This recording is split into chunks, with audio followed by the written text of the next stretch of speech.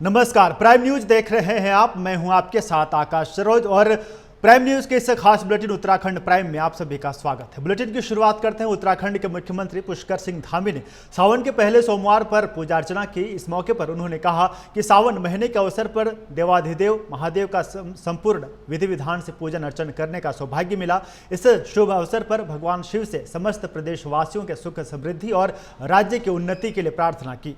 सावन का पहला सोमवार आज है और इसको लेकर मुख्यमंत्री पुष्कर सिंह धामी ने मंदिर जाकर शिव का जलाभिषेक किया और पूजा अर्चना करते हुए प्रदेशवासियों की खुशहाली की कामना की।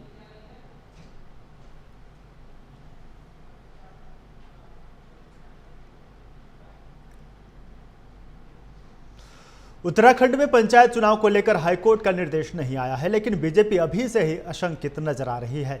वहीं पंचायत चुनाव को लेकर बीजेपी प्रदेश अध्यक्ष महेंद्र भट्ट ने कहा है कि जैसे ही हाईकोर्ट के निर्देश आएंगे बीजेपी उन निर्देशों का पालन करेगी। साथ ही कहा कि पार्टी की तैयारी पूरी है, चुनाव भी जीत रहे हैं क्योंकि अभी भी पंचायत चुनाव पर संकट खत्म नहीं हुए। इसके साथ ही कहा कि हाईकोर्ट ने अभी भी वोटर लिस्ट पर चल रहे विवाद पर कोई स्पष्ट निर्णय नहीं दिया है, जबकि चुनाव के लिए आज मिलने वाले सिंबल पर भी 2 बजे तक रोक लगा रखी है।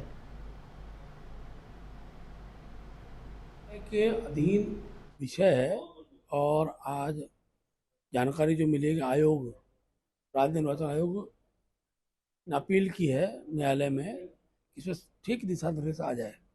जैसे दिशा निर्देश आते हैं तो चुनाव की प्रक्रिया उस रूप में होगी, ऐसा हम विश्वासपूर्वक कह सकते हैं, क्योंकि दल के अध्यक्ष के नाते भारतीय जनता पार्टी चुनाव के लिए पूरी तरह तैयार है और हम लोग अपने सब प्रकार की प्रत्याशी के दृष्टिकोण से भी हमने चयन कर लिया है और लगभग हमने 320 जिला परिषद सदस्यों को घोषित किया। उत्तराखंड के पूर्व मुख्यमंत्री हरीश रावत के मौन व्रत पर बीजेपी विधायक विनोद चमोली ने तंज कसा है। कहा कि कभी कभी परिवार में विवाद को शांत करने के लिए चुप रहना पड़ता है।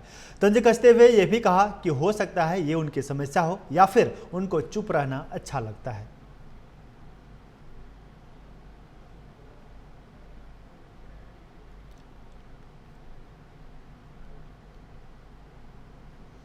उत्तराखंड सरकार हाल ही में शुरू किए गए ऑपरेशन कालनेमी को लेकर बीजेपी ने साफ किया है कि ये कार्रवाई धर्म विरोधी के खिलाफ है, जिसको लेकर बीजेपी अध्यक्ष महेंद्र भट्ट ने कहा कि देवभूमि में बड़ी संख्या में श्रद्धालु आते हैं और ऐसे में धार्मिक माहौल को बिगाड़ने वाले लोग सक्रिय हो जाते हैं और कुछ लोग धर्म की आड़ में भेष बदलकर व्यवस्था को खराब करने की कोशिश करते हैं। तो ऐसे में ऑपरेशन कालनेमी जैसे अभियान जरूरी है ताकि कांवड़ यात्रा जैसी महत्वपूर्ण यात्राएं शांतिपूर्ण संपन्न हो सके।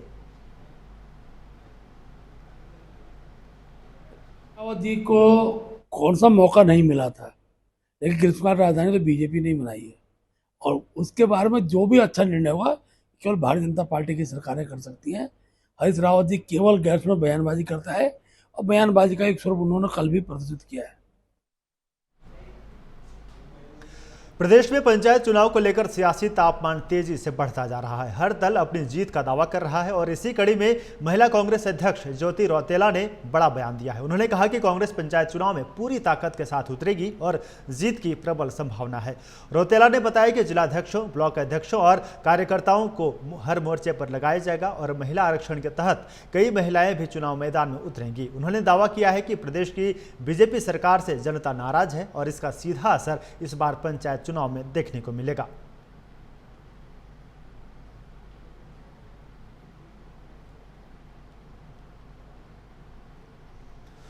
उत्तराखंड हाईकोर्ट की तरफ से पंचायत चुनाव का रास्ता साफ हो गया है। राज्य निर्वाचन आयोग ने पंचायत चुनाव के लिए चुनाव चिन्ह बांटने के लिए कल सुबह 8 बजे से कार्य समाप्ति तक समय तय कर दिया है। इससे पहले हाईकोर्ट ने आज दोपहर 2 बजे तक सिंबल बांटने पर रोक लगाई थी।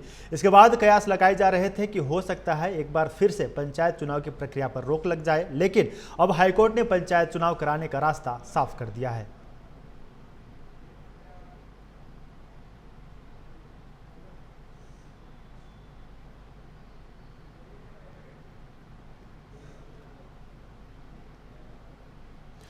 खबर देवप्रयाग से है, जहां भारी बारिश की वजह से लैंडस्लाइड की घटनाएं तेज हो गई हैं। देवप्रयाग थाने के पास भारी लैंडस्लाइड की घटना हुई।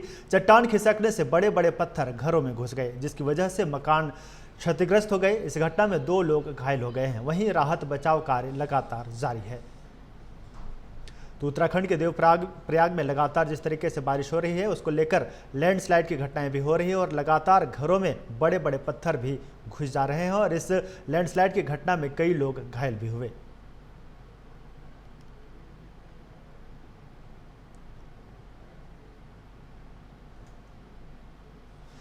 खबर रुद्रपुर से है, जहां विधानसभा क्षेत्र के अंतर्गत खानपुर पूर्व जिला पंचायत सीट हॉट सीट मानी जा रही है। इस सीट पर नामांकन के नाम वापसी तक कई दांव पेच देखने को मिले। बीजेपी के टिकट पाने वाले कई दावेदार लाइन में लगे हुए थे। अमिता विश्वास पत्नी सुदर्शन विश्वास का निवर्तन जिला पंचायत सदस्य बीजेपी से टिकट दिया गया। 3 बीजेपी के बागी उम्मीदवार मैदान में डटे रहे। बीजेपी हाईकमान के द्वारा 2 को बैठा दिया गया, पर एक बीजेपी के बागी उम्मीदवार सुषमा हालदार को किसी दबाव में ना आकर मैदान में डटी हुई है। और आपको बता दें कि इस दौरान पूर्व विधायक राजकुमार ठुकराल सुषमा हालदार का समर्थन करते हुए नजर आए और उन्होंने कहा कि कोई माय का लाल नहीं है कि लोकतंत्र में किसी को जबरन बैठा दिया जाए, लेकिन हमारे उत्तराखंड सरकार और कुछ नेता जो गलत नीति अपनाते हुए लोकतंत्र का गला घोंटते हैं।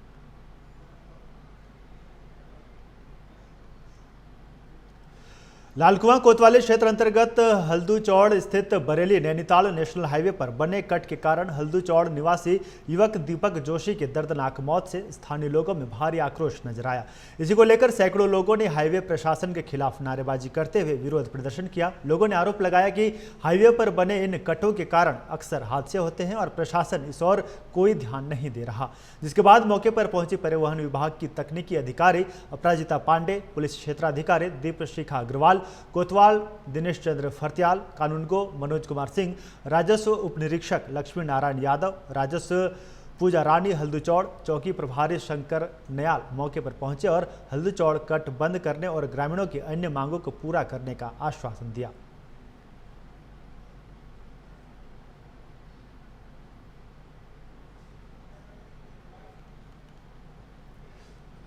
इधर रुड़की के पिरान कलियर थाना क्षेत्र से एक हैरान कर देने वाला मामला सामने आया है, जहां पर एक महिला ने प्रेस कॉन्फ्रेंस कर अपने पति पर संगीन आरोप लगाए हैं।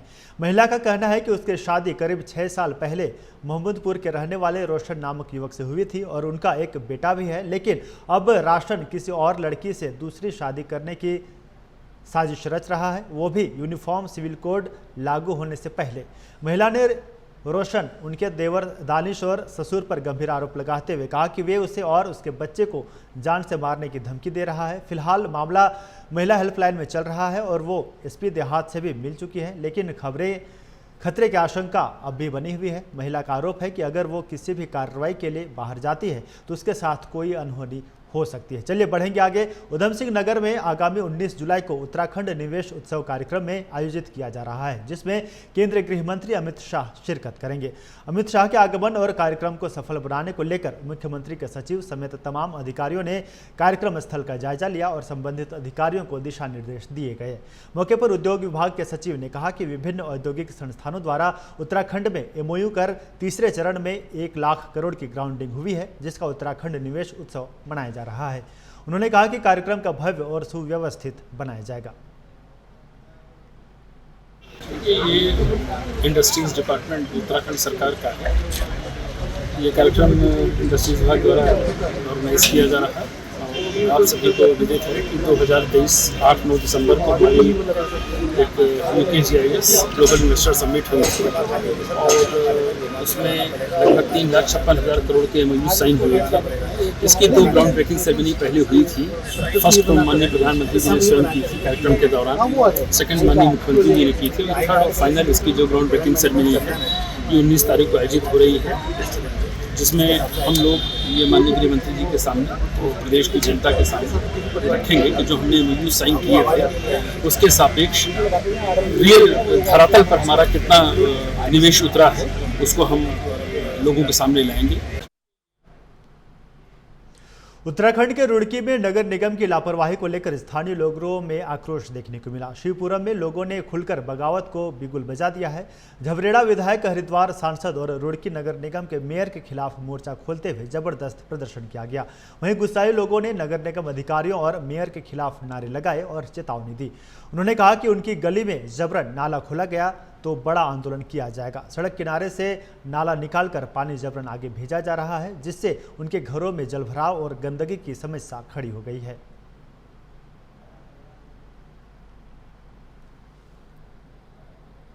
हमारी समस्या इस प्रकार है कि ये जो नाली जो है ट्यूबवेल की नाली थी, लेकिन इसको महानगर निगम ने जो है इसको क्या नाला घोषित कर दिया है, जबकि है नहीं ऐसा है। और इस नाली की वजह से हमें ये प्रॉब्लम है कि ये पूरी शहर का पानी जो है इसके थ्रू अगर वहाँ पर मतलब खोल दिया जाए इसको, तो पूरी शहर का पानी आके इधर रुकता है। पहले 2 साल पहले निकासी होने के बावजूद भी हमारे यहाँ 3 महीने तक यहाँ पर पानी लगा रहा, और निगम को जब हमने मुख्यमंत्री पोर्टल पर डाला तो 2 महीने बाद आ रहे, मतलब पानी कहाँ निकालना। बात तो यह है कि प्रशासन का कोई भी यहाँ पर किसी भी तरीके का रेगुलेशन नहीं काम कर रहा है कि यहाँ पर कोई नाला पहले था नहीं, और प्रशासन यहाँ पर किसी भी तरीके से एक्टिवेशन नहीं है कि यहाँ पर कहाँ पानी निकाला जाए। पूरे आज़ाद नगर से लेकर के कृष्णा नगर, शिवपुरम, पूरा शास्त्री नगर से लेकर के पूरा का पूरा पानी यहीं पर आ रहा है। और अभी तक 2 साल पहले तक यहाँ पर रेलवे के फाटक के नीचे से लाइन के पास पानी जाने का सुविधा था। इसके बावजूद 2023 की बारिश में सबने प्रॉब्लम क्रिएट किया। यहाँ पर जो प्राकृतिक आपदा हुई थी, कम से कम यहाँ से 20 से 25 घरों के बच्चे डेंगू से पीड़ित हुए। कम से कम ऐसे बच्चे हुए जिनको डायरिया की प्रॉब्लम हुई। घरों में सांप आए, कितने घर बैठ गए, जबकि सरकारी मुआवजा भी कई घरों को मिले हैं, ऐसा भी नहीं हुआ है। लेकिन इसके बावजूद हमने मेयर, विधायक, सांसद सब हर जगह, एक डीएम, एसडीएम, मुख्यमंत्री पोर्टल, हर जगह हमने एप्लीकेशन भी दे लिया। लेकिन ऐसा लगता है कि हम लोग रुड़की निगम में है ही नहीं। इनफैक्ट ऐसा लगता है कि हाँ, रुड़की मैप के अंदर में हम लोग नहीं आते। बात तो यह है कि प्रशासन का कोई भी यहाँ प्रदेश में पंचायत चुनाव के दृष्टिगत चुनाव में लगी निर्वाचन आयोग की टीम को मतदान के दौरान एक जगह से दूसरी जगह मतदान केंद्रों तक पहुंचाने को लेकर परिवहन विभाग ने भी अपनी तैयारियां पूरी कर ली हैं। क्योंकि इस दौरान मानसून की बारिश भी देखी जा रही है, तब ऐसे में परिवहन के वाहनों को वैकल्पिक व्यवस्था भी की जा रही है। इसको लेकर आरटीओ प्रशासन देहरादून संदीप सैनी ने कहा कि रिस्पॉन्स टाइम को कम करने के निर्देश प्राप्त हुए हैं। उसके साथ ही सभी तरह की तैयारियों को भी लगभग पूरा किया जा चुका है। सभी डिपार्टमेंट्स को माननीय मुख्यमंत्री जी द्वारा निर्देशित किया गया है कि अपना जो रिस्पांस टाइम है वो बिल्कुल मिनिमम रखें, और जो जो इंसिडेंस रिस्पांस सिस्टम में हमारा रोल है उसको बखूबी देख लें। जिसकी भी रिस्पॉन्सिबिलिटी है वो अपनी अपनी रिस्पॉन्सिबिलिटी को बखूबी निभाएं। और लॉजिस्टिक, और जैसे हमारा लॉजिस्टिक सपोर्ट का रहता है ट्रांसपोर्टेशन का, और हमारे फील्ड में जितने भी ऑफिसर हैं उनको भी मुस्तैदी से हमने तैनात कर दिया है। और हमारा 24 घंटे जो एक कंट्रोल रूम है वहाँ पर भी 24 घंटे की ड्यूटी लगा दी गई है हमारे द्वारा। तो हमारी टीम तैयार है और जो भी कार्रवाई इसमें डिमांड आई है उसमें कर रही है। खबर बागेश्वर से है, जहां पुलिस को एक बड़ी सफलता मिली है। कोतवाली पुलिस ने 1.20 किलोग्राम चरस के साथ 2 आरोपियों को गिरफ्तार किया। बरामद अवैध चरस की अंतर्राष्ट्रीय कीमत 2,02,000 रुपये बताई जा रही है।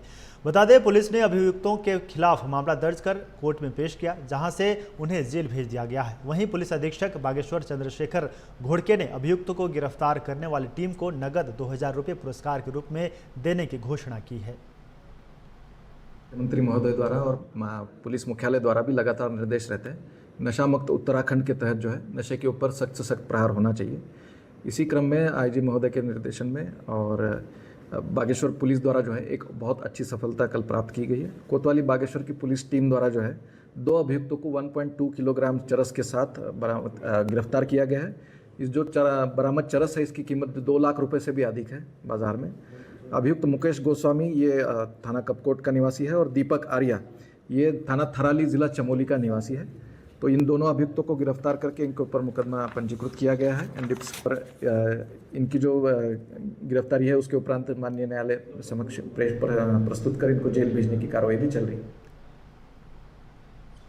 खबर जसपुर से है, जहां सावन महीने में भगवान शिव भक्त हर वर्ष की भांति इस साल भी उत्तराखंड देवनगरी हरिद्वार से शिव कांवड़िए जल लेकर आज पहले सोमवार के अपने गंतव्य तक पहुंचे। जहां जसपुर एसडीएम चतर सिंह चौहान, काशीपुर पुलिस उपाधीक्षक दीपक कुमार, जसपुर प्रभारी कोतवाल जावेद मलिक पुलिसकर्मियों के साथ नाधी पुलिस चौक पोस्ट पर कांवड़ियों की सुरक्षा व्यवस्था का जायजा लिया। कांवड़ियों की कड़ी सुरक्षा व्यवस्था के ठहरने और जसपुर नगर पालिका प्रशासन से नगर की सफाई व्यवस्था दुरुस्त रखने के निर्देश दिए। साथ ही नगर में व्यापारियों से अतिक्रमण हटाने और नगर क्षेत्र में मीट मांस की दुकानों को बंद रखने और शांति व्यवस्था कायम रखने की जसपुर एसडीएम चतर सिंह चौहान ने अपील की।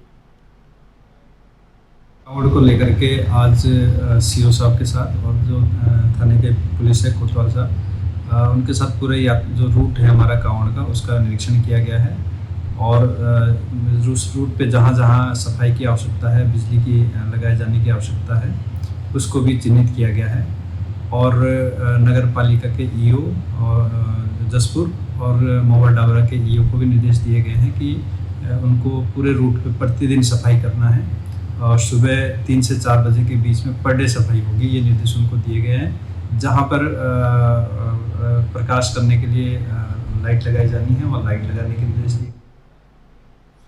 उत्तराखंड में मानसून का कहर जारी है, जहां पर बारिश के बीच अब कुछ राहत की उम्मीद दिख रही है। वहीं मौसम विभाग की माने तो प्रदेश में 3 से 4 दिन सामान्य मौसम रहने वाला है, जिसको लेकर मौसम विज्ञान केंद्र के निदेशक डॉक्टर विक्रम सिंह ने बताया कि आज और कल प्रदेश में हल्की से मध्यम बारिश देखने को मिलेगी, जबकि देहरादून, नैनीताल और बागेश्वर में कुछ जगहों पर भारी बारिश देखने को मिल सकती है। जबकि 16 और 17 जुलाई को उत्तरकाशी, चमोली और बागेश्वर में कुछ जगहों पर भारी बारिश देखी जा सकती है। उत्तराखंड के लिए मौसम की बात करते हैं तो 14 तारीख जुलाई की हो गई, करीब करीब मिड में है हम जुलाई के, और अभी तक जुलाई में भी नॉर्मली रेन है और पीछे जो सीजन की देखें तो वो भी विद इन नॉर्मल है। आगे जो एक्टिविटी है अभी 3 से 4 दिन मैं कहूँगा बहुत ज़्यादा एक्टिविटीज नहीं है, फिर भी अनेक जगहों में हल्की मध्यम तक की बारिश तो मिलेगी। हाँ, एक ही जो वेरी हैवी रेन है उसका ज़्यादा संभावना है, दिखता नहीं है, फिर भी एका दुक्का तो मिलेंगी। जैसे देहरादून है, नैनीताल है, बागेश्वर है, आज और कल के लिए उनमें एका दुक्का जगहों में हैवी रेंज के लिए विगत 10-12 दिन से निरंतर बरसात हो रही थी और जगह जगह बहुत अधिक वर्षा भी देखने को मिली है, जिसके कारण तमाम नुकसान भी हुए हैं। जगह जगह सड़कें टूटी है, उसके साथ ही लैंडस्लाइड की भी तमाम घटना सामने आई है, जिसको लेकर कि शासन प्रशासन और आम जनमानस को तमाम दिक्कतों का सामना भी करना पड़ रहा था। हालांकि अभी मौसम विभाग ने एक राहत भरी खबर दी है कि अगले 4-5 दिन तक मौसम सामान्य रहेगा और कहीं भी भारी से भारी बरसात की जो है अभी तक चेतावनी नहीं है। और 19 तारीख तक जो है मौसम विभाग ने कहा है कि 19 तारीख तक मौसम सामान्य रहेगा। हालांकि छुटपुट 1-2 जगह जो है भारी बारिश हो सकती है, लेकिन अधिकतर जगह मौसम सामान्य रहेगा, जो कि एक राहत भरी खबर है आम जनमानस के लिए भी और वहीं शासन प्रशासन के लिए भी ये राहत भरी खबर है, क्योंकि उत्तराखंड में चारधाम यात्रा चल रही है, जिसको लेके प्रशासन हमेशा अलर्ट मोड पे रहता है। चूँकि अब 4-5 दिन मौसम ठीक रहेगा, हल्की फुल्की बरसात होगी, तो कहीं ना कहीं ये राहत भरी खबर मौसम विभाग की तरफ से दी गई। अपने सहयोगी राहुल के साथ मदन सिंह, प्राइम न्यूज़, देहरादून। रुड़की में एसएसपी ने डीजे बजाने को लेकर सभी डीजे संचालकों को गाइडलाइन जारी किया है, जिसमें डीजे संचालक के द्वारा उल्लंघन करने पर कड़ी कार्रवाई होगी। उसके साथ साथ आयोजक समिति के जिम्मेदार सदस्यों पर भी कड़ी कार्रवाई की जाएगी। आपको बता दें कि कांवड़ यात्रा के दौरान ध्वनि प्रदूषण और ट्रैफिक अवरोध की शिकायतों को गंभीरता से लेते हुए ये नोटिस जारी किया गया है। इधर डीजे बजाने वालों में से मालिक उमेश कुमार को भी नोटिस पढ़कर सुनाया गया और उनके द्वारा गाइडलाइन का पालन करने का वादा किया गया है। साथ ही उमेश कुमार ने भी सभी डीजे वालों को पुलिस का सहयोग करने की अपील की है।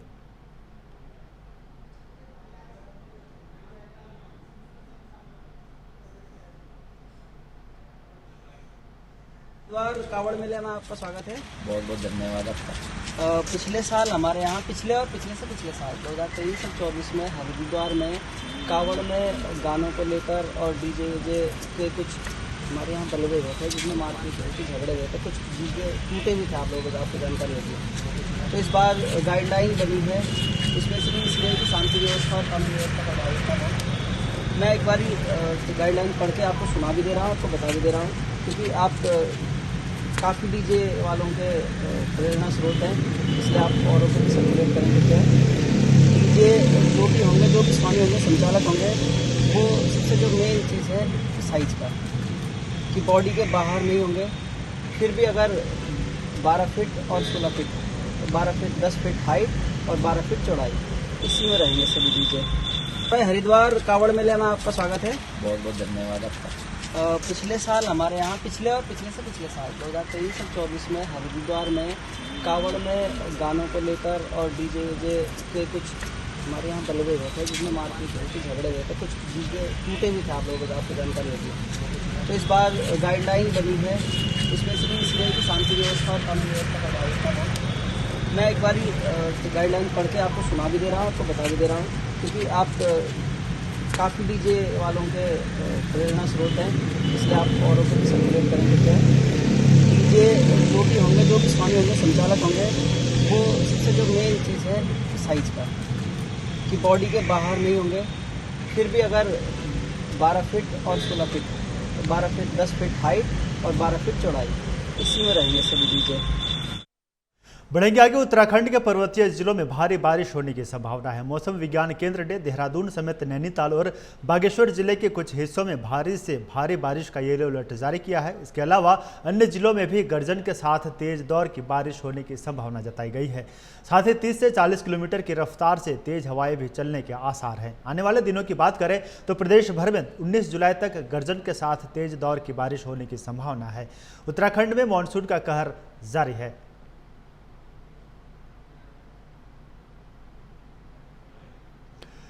तो उत्तराखंड में बारिश का कहर जारी है और अगले कुछ दिनों के लिए मौसम विभाग की तरफ से येलो अलर्ट जारी किया गया है। आपको बता दें कि राजधानी देहरादून, बागेश्वर समेत कई जिले ऐसे हैं जहां पर अगले कुछ दिनों में भारी बारिश होगी और 30 से 40 किलोमीटर प्रति घंटे की स्पीड से हवाएं भी चलेंगी। आपको बता दें कि बागेश्वर, पौड़ी और पिथौरागढ़ में बारिश की संभावना जताई गई है। वहीं पर 15 और 16 जुलाई को हल्के और मध्यम दर्जे की बारिश होगी।